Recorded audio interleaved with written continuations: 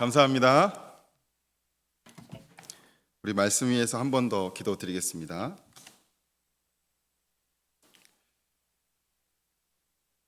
죽음을 이기시고 다시 사신 주님, 오늘 이 시간 상동감리교회에서 하나님 말씀을 증거하게 하시니 감사합니다. 오늘 시온 찬양대의 고백처럼 어둠 가운데 빛으로 오셔서 우리에게 부활 생명 주신 주님을 찬양하고 또 그 주님을 말씀으로 만나는 시간 되도록 인도하여 주시옵소서. 한 주간 우리의 굳어져 있던 마음들이 오늘 하나님의 말씀을 통하여서 풀어지게 하시고 이 말씀 붙잡고 주님 의지하며 이 세상 가운데 승리하신 주님을 선포하는 우리 상동교회가 되도록 인도하여 주시옵소서. 주님께 모든 영광 돌리며 이 모든 말씀 살아계신 예수님의 이름으로 간절히 기도드립니다. 아멘. 부활하신 주님의 은총이 우리 사랑하는 상동교회 성도들과 함께 하시기를 간절히 소망합니다.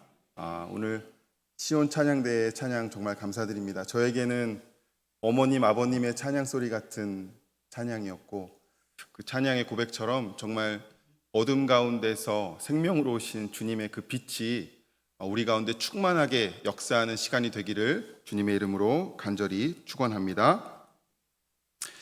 사실 한국 교회는 부활절 전에 좀 하나님께 좀 집중하는 시간들을 많이 갖죠. 우리 상동교회도 3주간 특별 새벽 기도회를 진행하셨고 또 부활절 칸타타처럼 하나님 예수님을 찬양하고 하나님을 찬양하는 일들을 부활절 전에 열심히 합니다. 그리고 부활주일이 딱 지나면 저희 어머니도 장로신데도 딱 끝나고 주일 오후에 그러시더라고요. 끝났다 이러시더라고요. 이게 무슨 의미인지 제가 집에서 이제 어머니에게 들으면서 느낄 수 있었습니다. 이제 3주간 열심히 안양에서 서울까지 새벽기도 다니고 매일 교회 가서 막 기도회 하고 뭐 칸타타 연습하고 이런 것들이 이제 끝났으니 조금만 쉬면 안 될까? 라는 마음이 그 안에 그 한탄 속에 느껴졌습니다. 그런데 사실은 여러분, 초대교회에서 예수님의 부활은 끝이 아니라 시작이었습니다. 주님의 부활 사건을 믿고 증언하기 위해서 모였던 공동체, 여러분 오늘 교동문에서도 같이 저희가 읽었잖아요. 예수님의 부활하심을 정말 이제 확실하게 믿고 보았고 증언하였던 사람들이 모이기 시작했습니다. 그들이 교회가 되었고 그것이 초대교회 시작이 되었듯이 예수님의 부활 사건은 우리에게 끝이 아니라 시작인 줄 믿으시기 바랍니다. 아멘. 그래서 이 상동교회가 이 부활하신 주님과 함께 다시 일어나는 역사가 일어나기를 이 주일 아침 주님과 함께 선포합니다.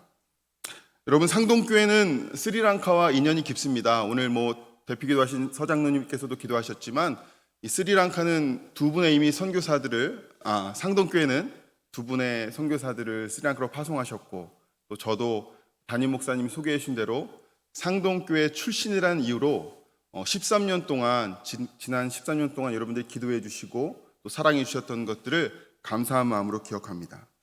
그런 스리랑카에서 저는 스리랑카 감리교회에서 사역을 하고 있고요. 여러분 영국 식민지 시대 때 저희 스리랑카에는 이미 감리교회가 들어왔습니다. 그래서 아시아 최초의 감리교회도 저희 스리랑카에 있고요. 지금 200년 넘는 시간 동안 스리랑카의 감리교회가 지금도 자리 잡고 있습니다. 그곳에 저희 스리랑카 감리교회 안에 한국 선교사들이 한 7가정 정도가 파송되어서 사역하고 있는데요. 그 안에 이제 박 목사님도 계시고 저도 있고 그렇습니다. 제가 이 시간 잠시 영상을 통해서 제가 하고 있는 스리랑카의 선교 사역들을 영상으로 잠시 보고 드리도록 하겠습니다. 영상 시청하겠습니다.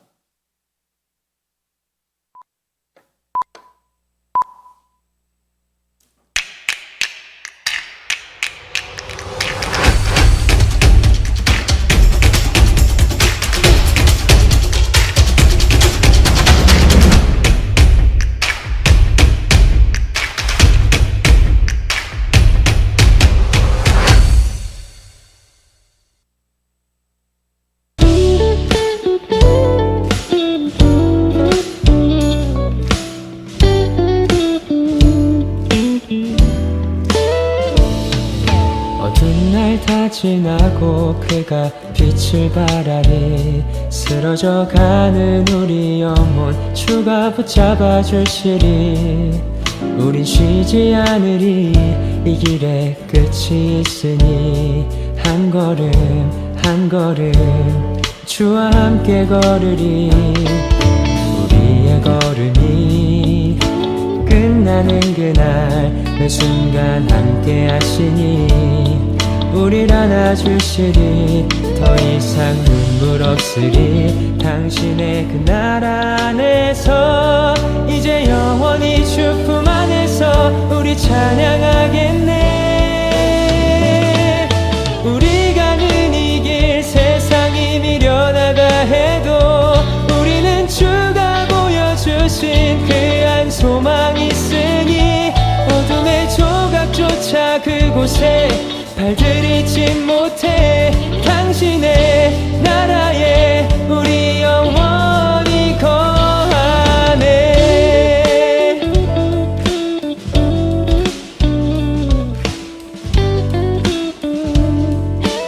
다시 한번 어두운 날 어두운 날 다 지나고 그가 빛을 발하니 쓰러져가는 우리 영혼 주가 붙잡아 주시니 우린 쉬지 않으리. 이 길에 끝이 있으니 한 걸음 한 걸음 주와 함께 걸으리. 우리의 걸음이 끝나는 그날 매 순간 함께 하시니 우릴 안아주시니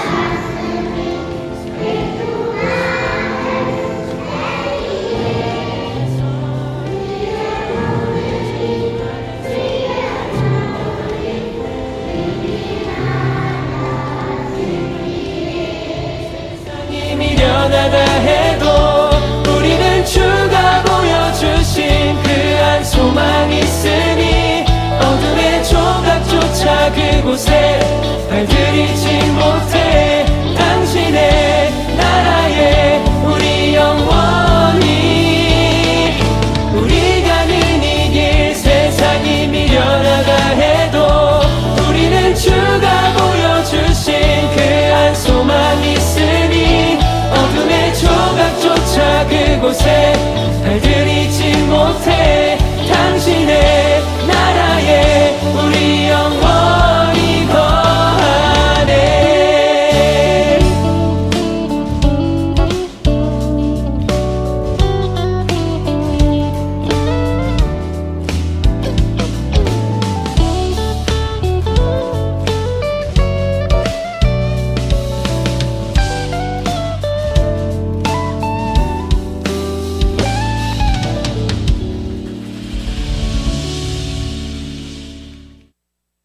네, 여러분, 스리랑카는 여러분이 생각할 때 여러분이 한 7, 80년대 여러분이 시골에서 신앙생활 하던 모습들을 지금 유지하고 유지하고 있다라고 생각하시면 될 것 같아요. 그래서 아이들도 되게 순수하고 성도들도 굉장히 시골 교회 성도들처럼 순수하고 착합니다. 그곳에서 저는 이제 13년째 사역하고 있고요. 감사한 것은 지난 연말에 상동교회에서도 이렇게 의류들을 모아서 보내주셨어요. 그래서 제가 그것들을 저희 지역에 있는 5개의 감리교회에 전달해 드렸는데, 성도들이 요즘 이제 국가 부도 나고 있어서 또 의류를 구입하는 것도 쉽지 않고 생필품을 이렇게 사용하는 것도 쉽지 않은데 옷을 갖다 주니까 제가 이렇게 처음에 이렇게 주고 이렇게 기도해 드리고 왔는데 이제 체면 차리느라고 제 옆에서 이렇게 가만히 다들 이렇게 서 계시다가 제가 이렇게 나오는 길에 슬쩍 창문을 보니까 막 몰려들어서 막 자기 사이즈 맞는지 막 이렇게 입어보면서 막 좋아하는 모습들을 보면서 상동교회에서 또 이렇게 귀한 일을 하셨구나라는 감사한 마음이 들었습니다. 계속해서 스리랑카와 함께 동역해 주신 우리 상동교회 되기를 간절히 축복합니다. 축복합니다. 아멘. 감사합니다. 오랜 팬데믹과 전쟁으로 인해서 세계 경제가 위기라는 소식들은 여러분이 알고 계실 겁니다. 근데 이 세계 경제의 위기가 처음으로 국가 부도라는 사태를 맞이한 나라가 저희 스리랑카입니다. 작년 5월에 여러분 뉴스에서도 보셨는지 모르겠지만 막 성난 국민들이 대통령궁에 막 진입해서 막 수영하면서 대통령궁을 막 점거하고 국회의사당에서 막 스리랑카 국기를 흔드는 모습을 보신 분도 계실 겁니다. 여러분, 나라가 부도가 난다는 것은 굉장히 엄청난 일이죠. 저희도 97년에 IMF를 여러분들이 겪어보셨겠지만 한국은 IMF 이후에 굉장히 어려운 시간들을 보냈듯이 스리랑카는 이제 혹독한 겨울을 보내고 있습니다.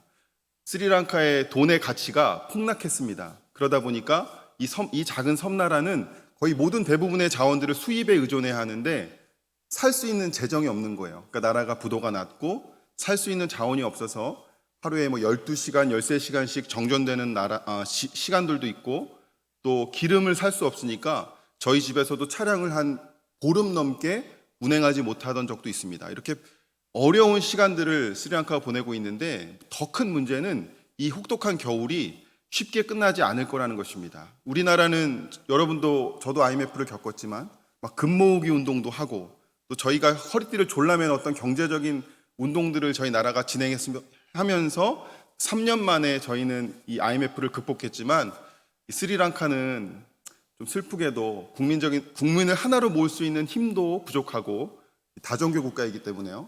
그리고 또 경제적으로도 기반 시설이 없기 때문에 아마 굉장히 긴 시간 어려움이 지속될 것이라고 얘기합니다. 이런 어려움 가운데 지난 2월 스리랑카의 새로 뽑힌 대통령은 독립기념일, 그러니까 저희 나라로 지금 광복절이죠. 광복절 75주년에 스리랑카 대통령이 국민들에게 대국민 담화를 발표합니다. 내용은 이렇습니다. 대통령이 말하는 것은 지금 우리는 굉장히 어려운 시간을 보내고 있다. 혹독한 겨울을 보내고 있다. 하지만 우리나라가 독립 100주년이 되는 25년 뒤에 우리의 다음 세대들은 정말 세계 여러 나라 청년들과 당당하게 경쟁할 수 있는 나라로 만들자. 이런 선언을 했습니다. 독립기념일에 말이죠. 근데 이 독립기념일이 대통령이 말하고 나서 그 다음날 만평이 데일리 미러라는 신문에서 그 만평이 하나 실렸는데 그 만평 사진 한번 보시겠어요? 네, 신문에서는 이런 만평을 실었습니다. 여러분, 저기에 작은 연단에 서서 작은 사람이 이렇게 연설하고 있죠? 저 작은 사람이 누구일까요? 스리랑카 대통령입니다. 라닐이라는 스리랑카 대통령이 75주년 그 배너 앞에 서서 우리는 독립국입니다. 우리는 이제 새롭게 일어날 겁니다. 외치고 있어요. 근데 그 뒤에 IMF란 모자를 쓴 사람과 인도 국기 터번을 쓴 사람과 중국 모자를 쓴 사람 그리고 파리스 클럽이라는 사람들이 뒤에 이렇게 큰 몸짓으로 둘러싸고 있습니다. 자, 이들은 스리랑카에 가장 많은 돈을 빌려준 나라들입니다. 쉽게 말하면 사채업자, 채권 국가죠. 그러니까 여러분들 빨리 돈 갚아라 이러면서 뒤에 포진하고 있는 겁니다. 그 뒤에는 더 큰 몸짓으로 그 내 국가를 아우르고 있는 더 큰 몸짓, 어떤 나라일까요? 미국입니다. 그렇습니다. 미국이 자리 잡고 있는 모습입니다. 그러니까 신문에서, 언론에서 국민들에게 말하는 것은 우리가 독립을 외치는 이 순간에도 여전히 독립하지 못하고 있는 이 나라의 슬픈 현실을 만평으로 보여주고 있는 겁니다. 저는 이 만평을 보면서 두 나라의 역사를 떠올렸습니다. 바로 이스라엘과 대한민국의 역사입니다. 2500년 전에 이스라엘은 고대 근동에서 강대국 사이에 존재하는 아주 작은 나라였습니다. 저희는 신앙인이기 때문에 이스라엘을 굉장히 크게 보지만 실제 고대 근동 2500년 전 역사에서 이스라엘은 그 나라 주변 나라의 역사책에도 기록되지 않을 만큼 아주 작은 나라였습니다. 고대 이스라엘은 남쪽으로는 강대국 이집트가 자리 잡고 있었고 북쪽으로는 역사적으로 아시리아, 바벨론, 페르시아와 같은 강대국이 자리 잡고 있었습니다. 이렇게 지리적으로 강대국 사이에 위치한 나라들의 역사는 어떻습니까? 고단한 역사를 가질 수밖에 없습니다. 저희 나라를 생각해 보시기 바랍니다. 그래서 이스라엘은 제국들 사이에 이게 이집트와 페르시아 간의 전쟁이 일어나거나 이러면 자기네 땅을 그냥 내어주어야 합니다. 그 강대국들끼리 전쟁할 때 힘없는 나라이기 때문에 그냥 자기네 나라 땅에서 전쟁을 해도 볼 수밖에 없는, 누가 이기나 눈치 볼 수밖에 없는 이스라엘의 역사를 기억하시기 바랍니다. 마치 우리나라가 힘이 없을 때, 대한민국이 힘이 없을 때, 국권을 상실했을 때 우리나라 땅에서 청일전쟁이나 러일전쟁이 일어난 것처럼 말입니다. 또 평화로울 때, 전쟁이 없을 때 이스라엘은 교역의 요충지였습니다. 여러분, 남쪽의 물류가 북쪽과 함께 교류하려면 어떻게 해야 돼요? 이스라엘을 통과해야만 합니다. 북쪽의 물건이 남쪽으로 가려면 이스라엘을 통과해야만 합니다. 지금도 이스라엘 사람들 우리가 뭐라 그래요? 장사 잘한다고 말하죠. 뭐 미국의 경제 배후에는 이스라엘이 있다라고 말할 정도로 이스라엘은 지금도 그 장사를 잘하지만 2500년 전에도 장사를 잘 했습니다. 여러분, 장사를 잘하는 사람들의 특징이 무엇일까요? 여러분도 이제 사업을 해보시겠지만 장사를 잘하는 사람들의 특징이 무엇입니까? 상대방을 잘 이해한다는 것이죠. 상대방이 뭘 좋아하는지, 상대방이 어떤 음식을 좋아하는지, 상대방이 어떤 언어를 사용하는지를 장사하는 사람들은 알고 있습니다. 그래서 그 사람이 좋아하는 것들을 이렇게 주는 거죠. 이렇게 먼저 추천해주고 그 사람의 마음을 열려고 하죠. 선교사도 마찬가지입니다. 여러분, 복음을 전하려면 제가 스리랑카에서 한국말 하면 그 사람들이 복음을 들을까요? 전혀 그렇지 않죠. 스리랑카 말을 할 줄 알아야 합니다. 스리랑카 사람들의 마음을 열려면 그 사람들과 똑같이 손으로, 그 나라 문화 사람들처럼 손으로 밥을 먹고 손으로 화장실을 가야 합니다. 이처럼 장사를 잘 하려면 상대방의 언어와 문화와 종교에 이해함이 있어야 합니다. 고대 이스라엘은 이것에 대해서 탁월한 능력을 가지고 있었다는 것이죠. 그래서 구약성서에 보면 다른 나라의 신들의 이름이 구약성서에는 그냥 가감없이 기록되어 있습니다. 이렇게 고대 이스라엘의 당시 상황을 한 문장으로 정리하면 고대 이스라엘은 전략적 요충지에 자리 잡은 약소국이었다라고 말할 수 있습니다. 이는 우리 대한민국과 굉장히 비슷한 부분이죠. 그런데 이 작은 나라의 믿음이 매우 특별합니다. 고대 근동 세계는 정치와 종교가 한 몸을 이루던 시대였습니다. 그리고 고대 근동의 국가들은 다양한 신들을 섬기던 시대였습니다. 그래서 어느 나라가 막 강해지면, 막 아시리아가 막 강해지거나 바벨론이 막 강해지면 주변 국가들이 어떻게 생각하냐면, 저 나라의 신이 굉장히 강하구나. 저 나라의 신의 축복을 받은 나라라 저렇게 아시리아가 강해지고 바벨론이 페르시아가 강해지는구나 라고 생각했습니다. 왜냐하면 정치와 종교가 하나였던 시대였으니까요. 그래서 이때 당시에 전쟁이 일어나면 정복당한 나라의 왕은 정복한 왕에게만 절할 뿐 아니라 정복한 왕의 그 나라의 신전에 가서도 절을 해야 합니다. 이 정교 일치의 시대였기 때문이죠. 그런데 그런 시대를 살아가던 약소국 이스라엘의 특별한 믿음이 이 구약 성서 안에는 아주 자세하게 기록되어 있습니다. 그들은 이렇게 말합니다. 야훼 하나님만이 유일하신 신이시다. 그분은 온 세상을 창조하셨고 그분은 만군의 여호와시다. 그러니 오직 그분만 사랑하고 그분만 섬겨라 라고 명령합니다. 그 당시에 강대국 사람들이 이 고백을 듣는다면, 이 선포를 듣는다면 헛웃음을 쳤거나 아주 다소 황당해하면서 뭐라고? 이스라엘의 야훼가 만군의 여호와라고? 이스라엘의 여호와가 이 세상을 창조한 창조주라고 하면서 헛웃음을 쳤을지도 모릅니다. 그렇지만 이들은 그렇게 선포하고 살았습니다.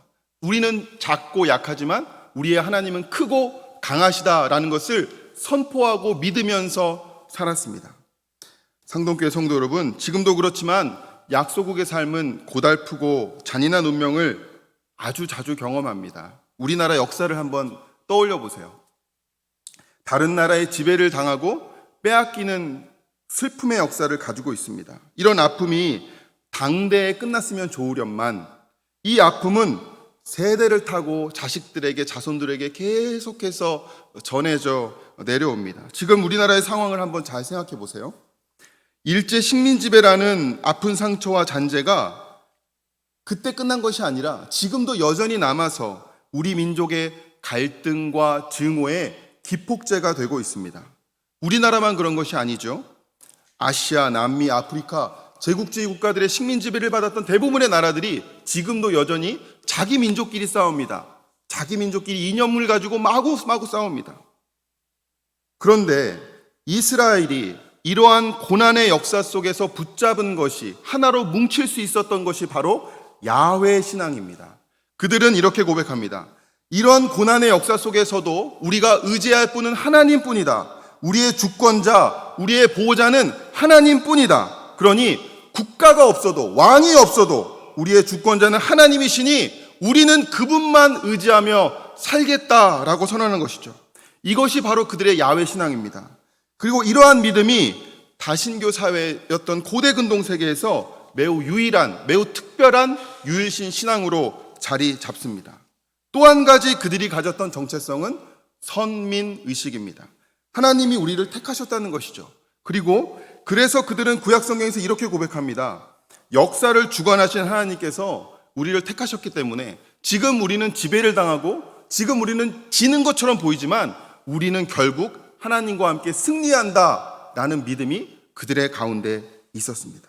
이렇게 우리는 유일하신 하나님이면 충분하다, 하나님만 의지하며 살겠다라는 이 믿음이 이스라엘에게 정말 나라가 없이 땅이 없이 여러분 2000년이라는 시간 동안 그 한 민족성을 유지한 신앙이 되고 의식이 됩니다. 정체성이 되는 것이죠. 여러분 생각해 보세요. 우리나라가 만약에 2000년 동안 나라가 없다면, 땅이 없다면 과연 우리나라는 유지할 수 있었을까요? 우리가 한국이라는 이 민족성을 유지할 수 있었을까요? 이스라엘은 유지했습니다. 바로 야훼 신앙과 선민의식. 우리는 하나님 백성이다. 하나님이 우리를 택하셨다라는 이 마음으로 그들은 살아갔던 것이죠. 그럼 이들이 가진 이 야훼 신앙과 이 선민의식은 어디에서부터 시작되었을까요? 신학자들은 이스라엘이 가진 이 독특한 신앙의 정체성의 근거가 바로 오늘 본문인 신명기라고 말합니다. 신명기에서 이스라엘의 정체성과 사상적 근원이 시작되었다라고 보는 것이죠. 여러분 한국 사람들을 이해할 때 우리가 충효 사상, 한해 정서 이런 것들을 얘기하듯이 이스라엘 사람들 우리가 이해하려면 이 신명기 신학, 이 신명기 사상, 야훼 신앙을 이해한다라고 보는 것이죠. 신명기 사상의 핵심 구절은 오늘 우리가 함께 읽은 말씀인 신명기 6장 4절에서 5절입니다. 제가 다시 한번 읽어드리겠습니다. 이스라엘아 들으라. 주 우리 하나님은 한 분이신 주님이시다. 너는 마음과 뜻과 힘을 다해서 하나님을 사랑하라 라고 명령합니다. 권면하는 게 아니라 명령하는 것이죠. 이스라엘은 그때부터 주변 조건을 보지 않습니다. 내가 어떤 일을 하건 내가 어디에서 살아가든지 내가 살아갈 수 있는 가장 중요한 것은 내 목숨을 다해서 내 마음을 다해서 하나님을 사랑하는 것이고 그렇게 하면 하나님도 너를 사랑하고 그것이 너의 삶에 엄청난 힘이 된다라는 것입니다. 이것이 바로 2000년 동안 나라 없이 지도자 없이 박해를 당하고 떠돌면서도 그들이 붙잡았던 야훼 신앙입니다. 예수님도 이 신명기 사상이 기독교의 핵심이라고 가르칩니다. 여러분 신명기 말씀을 예수님도 그대로 인용하세요. 마가복음 12장 28절 30절을 보면 서기관 중에 한 사람이 예수님께 찾아와서 묻습니다. 예수님 이 수많은 계명 중에 가장 첫째 되는 계명, 가장 중요한 계명이 뭡니까? 예수님이 이렇게 말씀하세요. 첫째는 이것이니 이스라엘아 들으라. 주 곧 우리 하나님은 유일하신 주시라. 내 마음을 다하고 목숨을 다하고 뜻을 다하고 힘을 다하여 주 하나님 여호와를 사랑하라. 예수님은 오히려 목숨을 다할 만큼 하나님을 사랑하라고 더욱 강조하십니다. 이처럼 예수님도 인정하신 가장 중요한 계명이 우선 하나님을 사랑하라는 것입니다. 하나님을 섬겨라는 것입니다. 즉 하나님께 무조건 사랑을 드리는 관계가 여러분 신앙의 핵심이라는 것이죠. 이렇게 마음과 목숨과 힘을 다하여서 하나님을 사랑한다는 것이 무슨 의미일까요? 어떤 의미일까요? 여러분들도 많이 생각해 보시고 묵상하셨을 텐데 여러분 신명기가 쓰여질 당시의 시대는 육체 노동을 하던 시대였습니다. 우리가 지금은 이렇게 사무실에 앉아서 컴퓨터를 만지고 핸드폰을 통해서 사업을 비즈니스를 하는 것이 아니라 이때는 대부분의 모든 사람들이 밖에 나아가서 육체를 사용해서 일하던 시대였습니다. 여러분 그들의 주산업은 농사와 목축입니다. 여러분도 알다시피 농사와 목축은 게으르면 망합니다. 작물이 다 말라 죽는 것이죠. 여러분 생명을 키우는 일은 부지런해야 합니다. 농사를 짓거나 목축을 하려면 최선을 다해야 하듯이 마음을 다해서 그분만 하나님만 믿으라는 것입니다. 너에게는 나 말고 다른 신이 있으면 안 된다. 너희는 온 힘을 다하여 하나님을 사랑하라. 이 명령이 신명기 신학의 핵심입니다. 그런데 여러분 신명기에서 또 계속 반복하는 것이 한 가지 더 있습니다.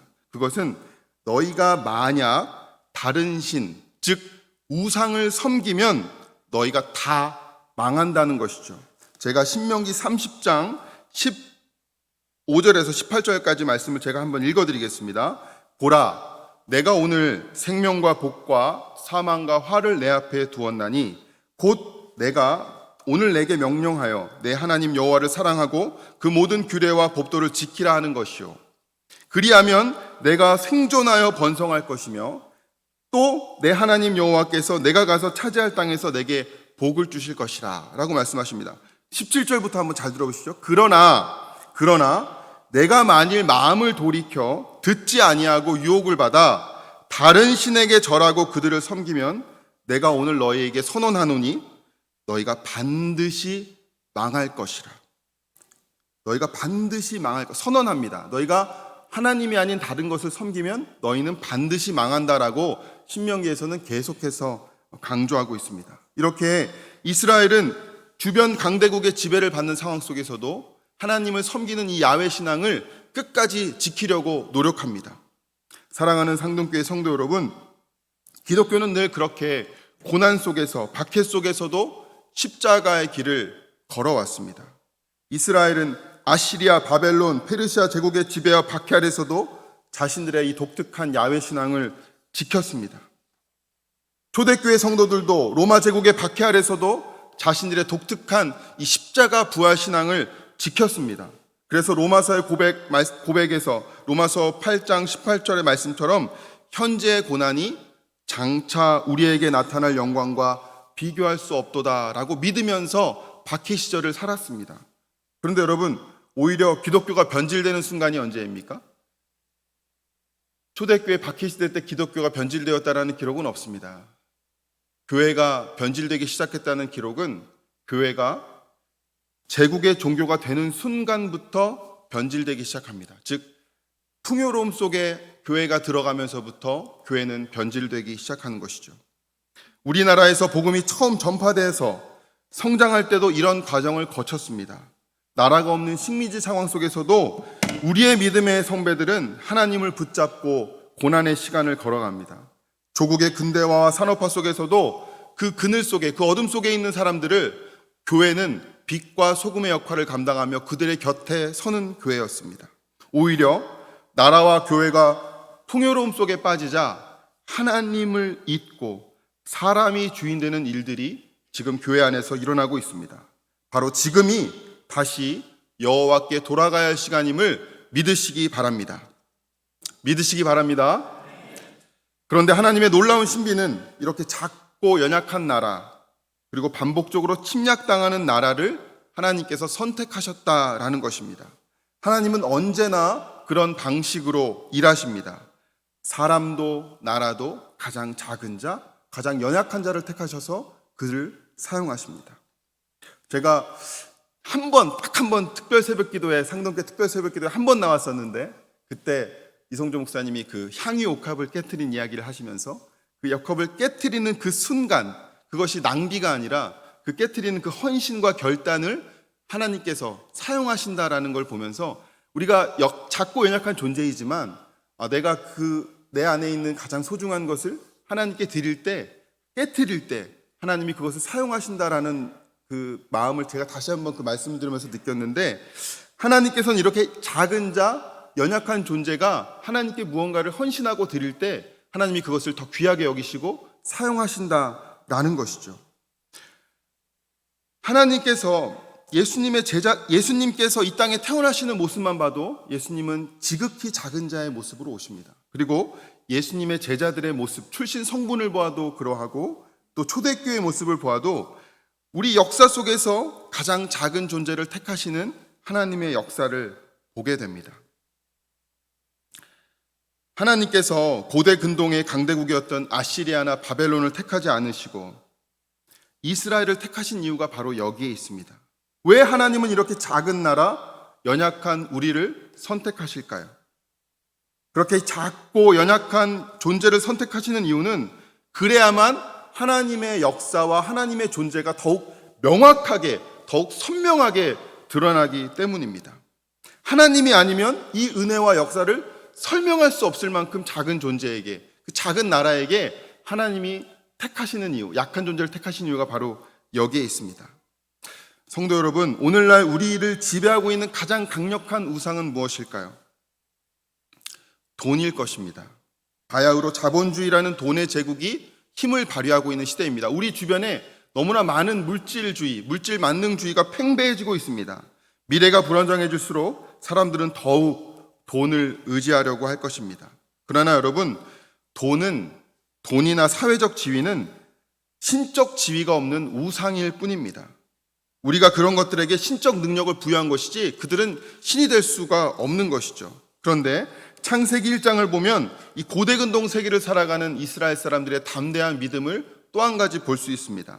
하나님이 4일 동안 만드신 하늘과 땅과 해와 달은 이 고대근동 세계의 제국들의 주신들입니다. 바벨론의, 아시리아의, 페르시아의, 아수르 제국의 주신들이 이 하늘과 땅과 해와 달입니다. 그런데 이스라엘은 창세기 1장에서 그냥 한꺼번에 하나님의 피조물로 만들어버립니다. 성경을 시작하는 창세기 1장에서 하늘신도, 달신도, 태양신도 더 이상 존재하지 않고 신적 능력이 없는 그저 하나님이 만드신 피조물일 뿐입니다. 제국의 지배를 받고 있는 이 작은 나라에서 이러한 신앙을 고백한다는 것은 실로 엄청난 일입니다. 강대국 신들을 피조물로 다스리는 우리의 하나님이라고 선포하는 그들의 담대한 믿음을 볼 수 있습니다.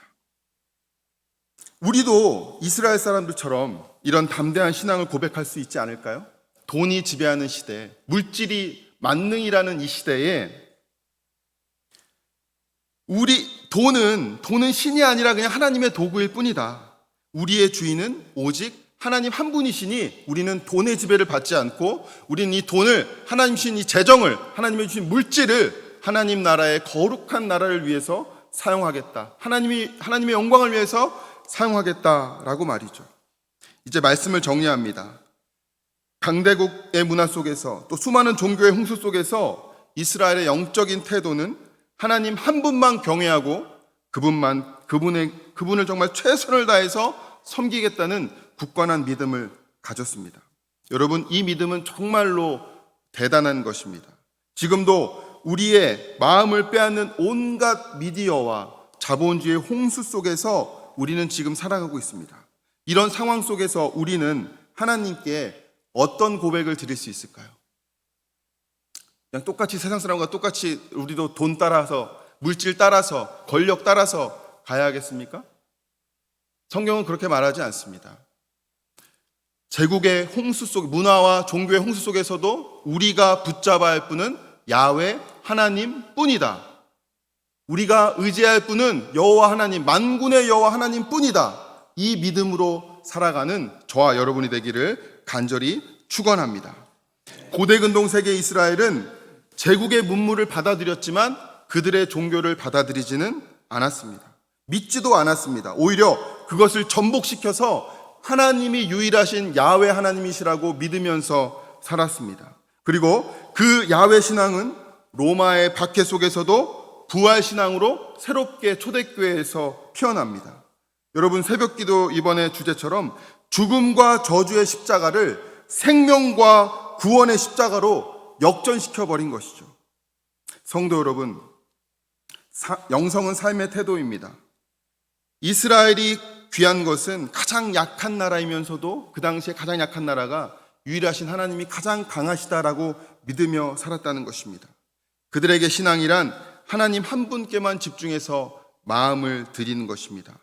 마음을 다하고 뜻을 다하고 힘을 다한다는 표현이 그래서 구약 성경에는 곳곳에 특별히 신명기에 기록되어 있습니다. 성경은 이스라엘이란 이 작은 나라가 큰 믿음을 드러내므로 하나님의 축복과 신비를 어떻게 경험했는지 아주 자세히 기록하고 있습니다. 약한 것을 들어쓰시는 하나님을 기억하시기 바랍니다. 부활신앙이란 나는 죽고 예수로 사는 사람들입니다. 이 믿음을 통해서 정말 나는 작지만 크신 하나님을 향한 담대한 믿음과 헌신이 있는 우리 사랑하는 상동교회가 되기를 주님의 이름으로 간절히 축복합니다. 기도드리겠습니다. 하나님 아버지, 감사합니다. 이 시간 제가 잘하고 또 제가 은혜 받고 제가 선교를 꿈꿨던 상동교회에서 하나님의 말씀을 대원했습니다. 하나님의 말씀이 우리 성도들의 마음 가운데 자리 잡게 하시고 이 말씀을 통하여서 이스라엘처럼 담대한 믿음으로 이 땅 가운데서 예수님의 부활하심을 선포하고 살아내는 우리 상동교회가 되도록 주님께서 축복하여 주시옵소서. 그래서 이 담대한 믿음으로 이 자본의 홍수 속에서, 이 물질이 만능이 된 이 세상 속에서 야훼 하나님 붙잡고 승리의 찬양을 부르는, 오늘 시온 찬양대 고백처럼 감사와 승리의 찬양을 부르는 우리 상동의 성도 되도록 주님께서 기름 부어 주시옵소서. 세우신 주의 종과 또 모든 성도들과 우리 장로님, 권사님들, 임원들 모두가 한 마음으로 주님께 나아갈 수 있도록 역사하여 주시옵소서. 감사를 드리며 예수님의 이름으로 축복하며 기도드립니다. 아멘.